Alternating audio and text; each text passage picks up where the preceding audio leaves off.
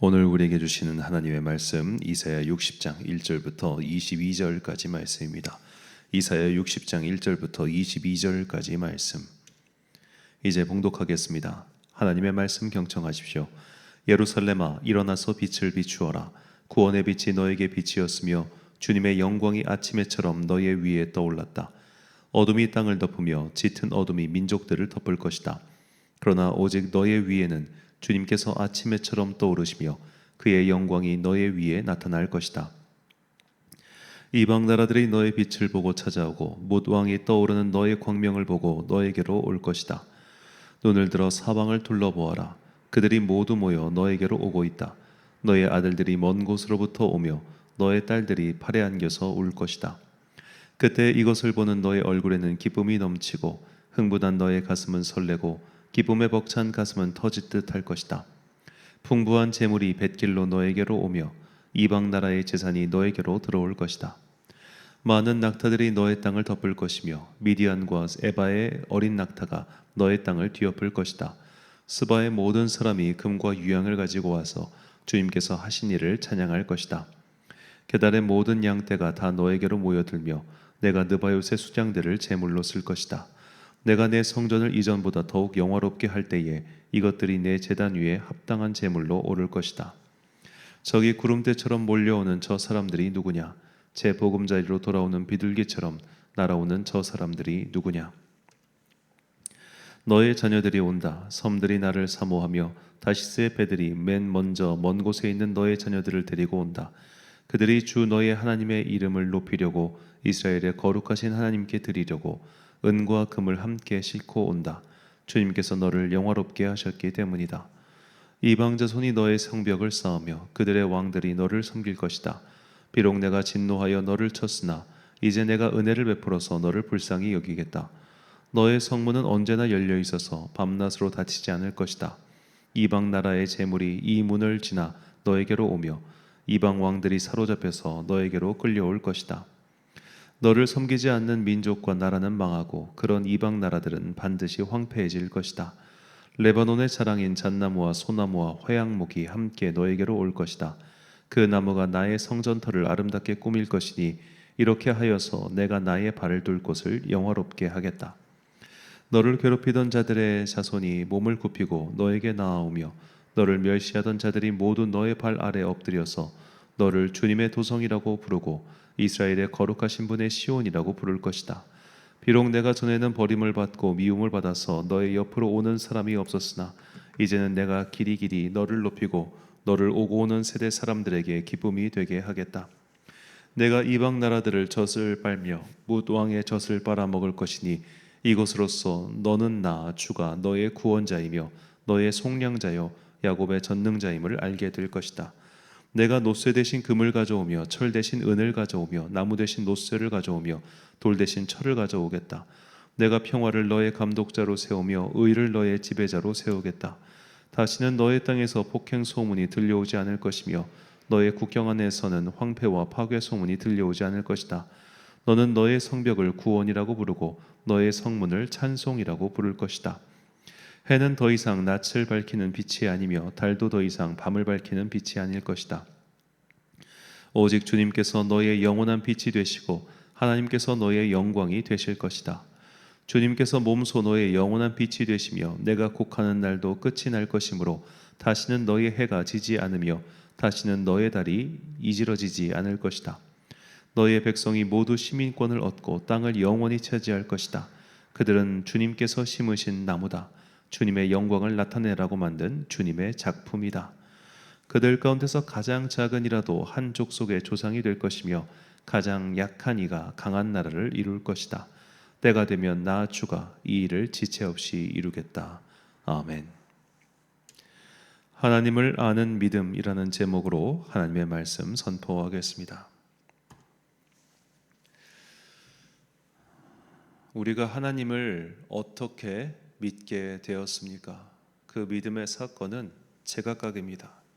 누군가는 어떤 초자연적인 사건을 경험한 이후에 하나님을 믿게 되는 사람들도 있습니다. 예를 들어 낫지 않는 병이 치유돼서 그 분명한 사건으로 인해 하나님을 평생 흔들리지 않고 신뢰하는 한 장로님도 제가 알고 있습니다. 반면에 어떤 사람은 그런 특별한 사건, 초자연적인 사건은 없지만 그의 삶 속에 뿌리 박혀 있는 이 믿음의 생활, 이 믿음의 습관들이 일평생 변하지 않고 그를 지탱하고 지켜주는 그런 사람도 있습니다. 그러니까 어떤 사람은 사건이 분명해요. 너무나 뚜렷해요.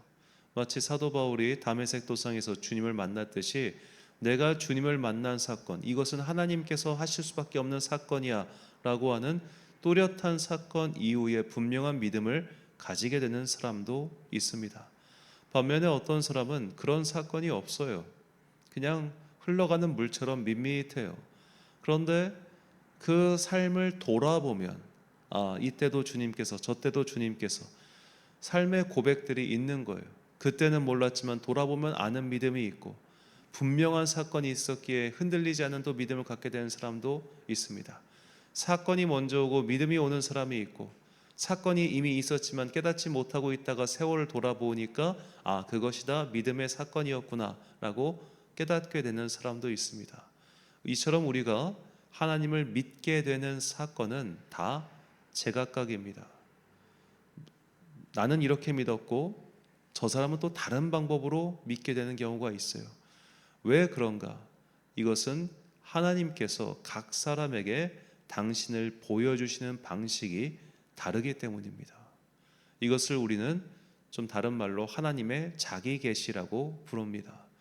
하나님의 자기 계시가 있는 이후에 믿음이 오는 겁니다.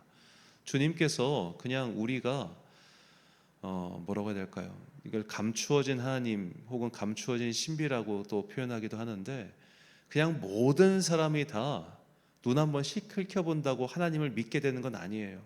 하나님을 믿는다고 하는 것은 그렇게 가치 없는 대충 일어나는 사건이 아닙니다. 하나님께서 당신을 보여주셔야지만 우리가 믿을 수 있게 되는 겁니다. 좀 유치한 비유를 들자면 우리가 모두가 다 라디오예요. 주파수를 세우고 있어요. 주님께서 이 주파수를 보내주실 때 그걸 수신을 해야 우리가 믿을 수 있는 거지, 주님께서 보여줄 생각이 없는데 내가 저거 해치고 나가가지고 발견한다, 이게 믿음은 아니라는 겁니다. 믿음은 반드시 주님께서 먼저 우리에게 보여주셔야지만 수신 가능한 거예요. 자, 출애굽기를 보면 주님께서 이집트 사람들로 하여금 내가 여호와 하나님을 믿게 하겠다, 알게 하겠다라고 하면서 이렇게 말씀하세요. 출애굽기 7장 5절과 14장 18절 말씀. 내가 내 손을 애굽 위에 펴서 이스라엘 자손을 그 땅에서 인도하여 낼 때에야 애굽 사람이 나를 여호와인 줄 알리라 하시매 내가 바로와 그의 병거와 마병으로 말미암아 영광을 얻을 때에야 애굽 사람들이 나를 여호와인 줄 알리라 하시더니. 자, 이 말씀은 결국 이집트 사람들이 그 10가지 재앙과 그리고 그 병거와 마병이 홍해 바다에 잠긴 이후에야 나를 알게 될 것이다 라는 말씀이죠. 바꿔 말하면 어마어마한 초자연적인 사건들이 일어난 이후에야 그들은 비로소 믿게 될 것이다 라는 말씀이기도 합니다. 이것은 우리가 복음서에서도 흔하게 볼 수 있는 패턴입니다. 주님께서 당신이 그리스도이심을 말할 때는 아무도 믿지 않았어요. 그러나 기적을 보여주자 저는 다윗의 자손이다, 그리스도다, 이렇게 사람들이 믿기 시작하죠. 이처럼 초자연적 사건이 있는 이후에 하나님을 믿게 되는 사람들이 있습니다. 이것은 예나 지금이나 마찬가지입니다. 그래서 지금도 이 험악한 선교지에서 병치유의 이적부터 시작해서 신비한 은사들이 많이 일어나는 이유는 그 정도의 임팩트 있는 사건을 보여줘야 이들이 믿음으로 돌아오기 때문에 주님께서 그들에게 보여주시는 특별한 은혜의 사건들인 것이죠.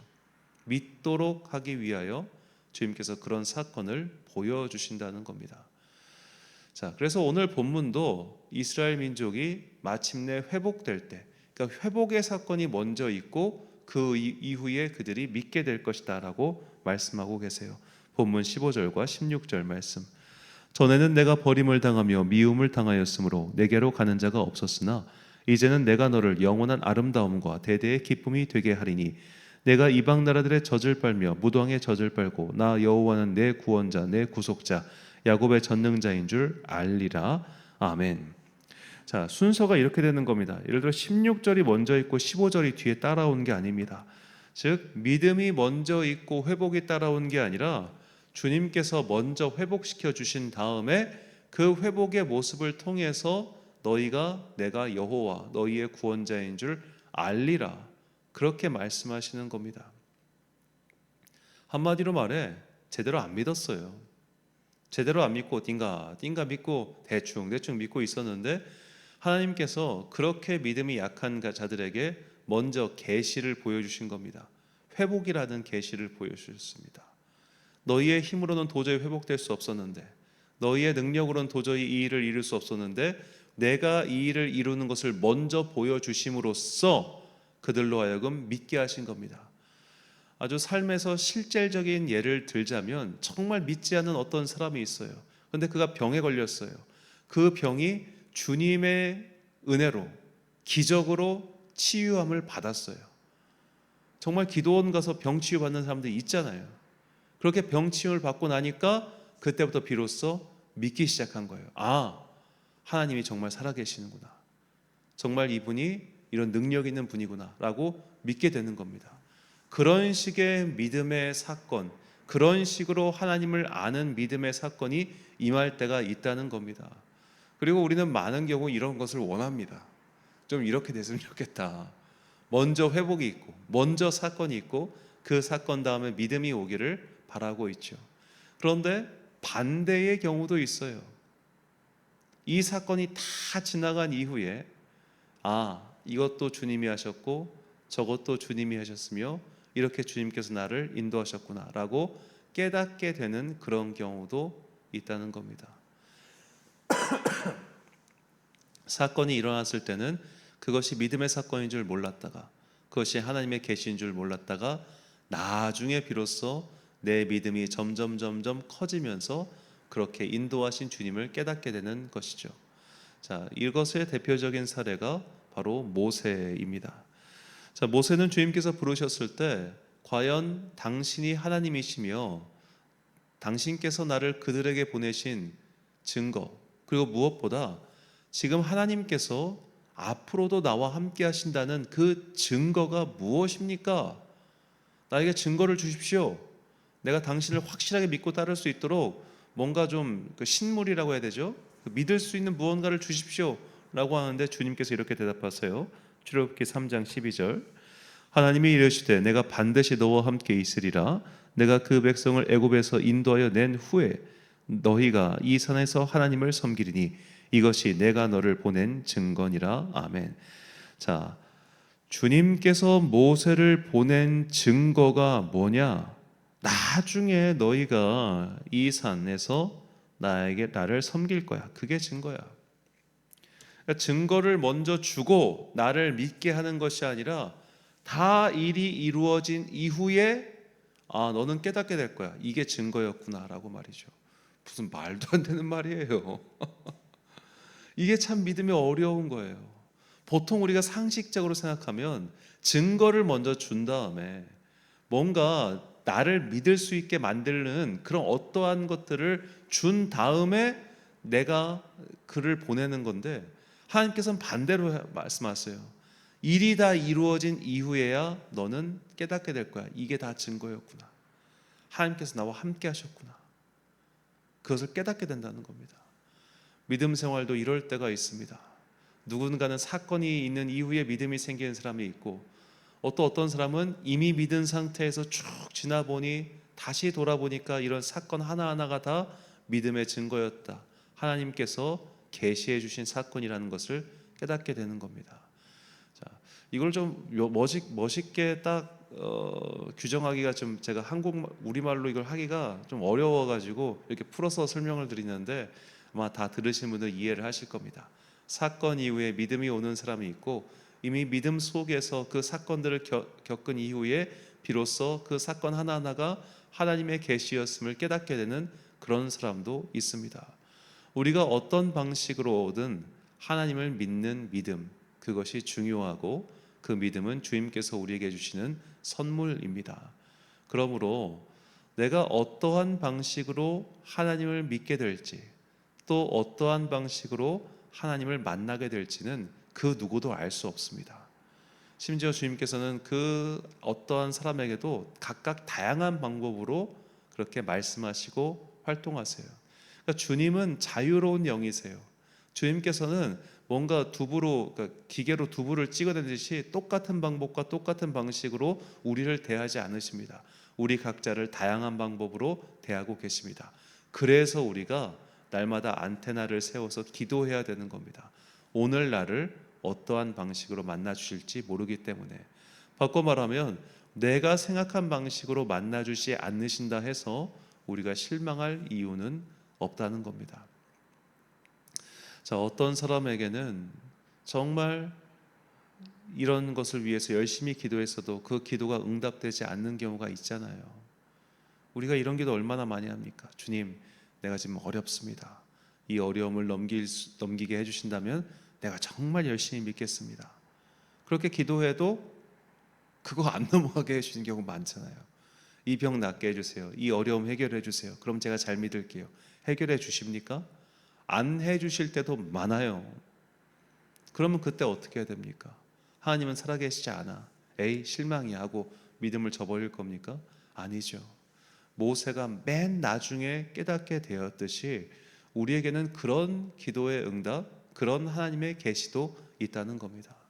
그래서 이 두 가지를 모두 기억하고 하나님께서 우리를 다양하게 만나시고 또 다양한 방법으로 믿음을 선물로 주신다는 것, 이것을 우리는 잊어서는 안 될 것입니다. 주님께서 말씀하십니다. 요한복음 10장 38절 말씀. 내가 행하거든 나를 믿지 아니할지라도 그 일은 믿으라. 그러면 너희가 아버지께서 내 안에 계시고 내가 아버지 안에 있음을 깨달아 알리라 하시니 아멘. 사랑하는 천안 광성교회 성도 여러분, 그리고 이 새벽을 함께 깨우고 계신 귀한 주님의 자녀 여러분, 우리가 어느 날 어느 순간부터 마음 먹고 내가 이제 하나님을 좀 믿어야겠어 라고 결심한 뒤에 그렇게 성경을 쭉 읽으면 하나님을 믿게 됩니까? 그렇지 않죠. 자, 우리가 어떠한 방법을 취했기에 하나님을 믿게 되는 것이 아닙니다. 하나님께서 우리에게 믿음을 주셨기 때문에 믿을 수 있는 거죠. 그래서 이것을 하나님의 자기 계시라고 부릅니다. 계시를 해 주셔야 믿을 수 있는 거죠. 하나님의 자기 계시 사건 중 우리가 가장 이해하기 쉬운 것은 바로 초자연적인 이적, 기적입니다. 신비한 일이 일어났을 때 우리는 하나님이 살아계시구나라고 쉽게 믿게 됩니다. 의사가 고칠 수 없는 질병이 고쳐졌을 때, 도저히 이렇게 꼬이고 꽈인 문제가 갑자기 해결됐을 때 우리는 하나님께서 정말 살아계셔서 나를 도와주시는구나, 그분이 기적을 베푸시는구나 라고 알게 되죠. 어쩌면 이것이 가장 1차원적인 믿음의 방법, 하나님을 아는 믿음이다라고 볼 수 있겠습니다. 그런데 하나님께서는 모든 사람을 이렇게 쉽게 간단한 방법으로 믿게 하시지를 않습니다. 마치 예수님께서 오병이어의 기적을 베푸셨을 때 그 오병이어의 기적에 참여한 사람들이 예수님을 왕으로 모시려고 했던 것처럼 그런 단순한 방법으로 믿게 하지 않으시고 누군가에게는 계속해서 보일 듯 말 듯 보일 듯 말 듯 하시면서 그의 삶의 모든 과정을 마침내 돌아보았을 때 깨닫게 해주시는 그런 믿음도 있습니다. 이렇게 하나님을 아는 믿음의 방법은 모두가 다 조금씩 다릅니다. 그래서 나의 방법이 정답이 될 수도 없고 그의 방법이 나의 해답이 될 수도 없습니다. 이처럼 믿음의 출발은 제각각이죠. 기적 체험으로 시작한 사람도 있지만 오랜 세월 동안 서서히 깨닫게 되는 사람도 있습니다. 이것은 하나님께서 각 사람에게 맞추어 당신을 보여주시는 과정이자 사건이며 또한 신비이기 때문이죠. 어느 쪽이든 중요한 것은 하나님을 아는 믿음의 선물을 받는 것이며 그것을 잘 간직하는 겁니다. 우리에게 하나님을 아는 믿음을 주신 그분의 은혜를 찬양하며 받은 선물을 잘 간직하여 마침내 하나님의 나라에서 주님께 칭찬받는 여러분과 제가 되시기를 주님의 이름으로 축원합니다. 기도하겠습니다. 사랑과 은혜가 충만하신 아버지 하나님, 우리에게 하나님을 아는 믿음, 그 믿음을 은혜 가운데 선물로 주심에 감사드립니다. 우리가 어떠한 경위와 어떠한 사건으로 그 선물을 받았든지 이미 받은 선물 잘 간직하고 마침내 우리의 인생 여정 끝내어 주님 앞에 섰을 때 잘했다 칭찬받는 주의 자녀들 되게 하여 주옵소서. 비가 온 뒤 날씨가 갑자기 추워지고 있습니다. 이 늦가을의 쌀쌀한 바람이 성도들의 몸을 상하지 아니하도록 주님께서 따뜻한 성령의 두루마기로 그들을 덮어 주옵소서. 이제 교회 이전 공사가 막바지에 가고 있습니다. 이곳에서 보낼 시간도 이제 얼마 남지 않았습니다. 3년 넘게 주님께서 함께 해주신 은혜에 감사드리며 이제 새롭게 가는 그곳에서 주님과 함께 할 수 있는 은혜가 우리 가운데 넘쳐 흐르게 하여 주옵소서. 오늘 하루도 참 좋으신 우리 주님의 은총과 평강이 모든 주의 자녀들과 함께 하시기를 간절히 소망하오며 이 모든 말씀 우리 구주 예수 그리스도의 이름으로 기도드립니다. 아멘. 오늘의 기도 제목입니다. 나는 하나님을 어떻게 알게 되었습니까? 하나님께서 나에게 어떻게 당신을 보여주셨는지 돌아보시고 하나님을 아는 믿음을 선물로 주신 주님께 감사의 기도를 드립시다. 오늘 주신 기도의 제목 가지고 기도와 묵상에 힘쓰는 하루 되십시오. 기도하겠습니다.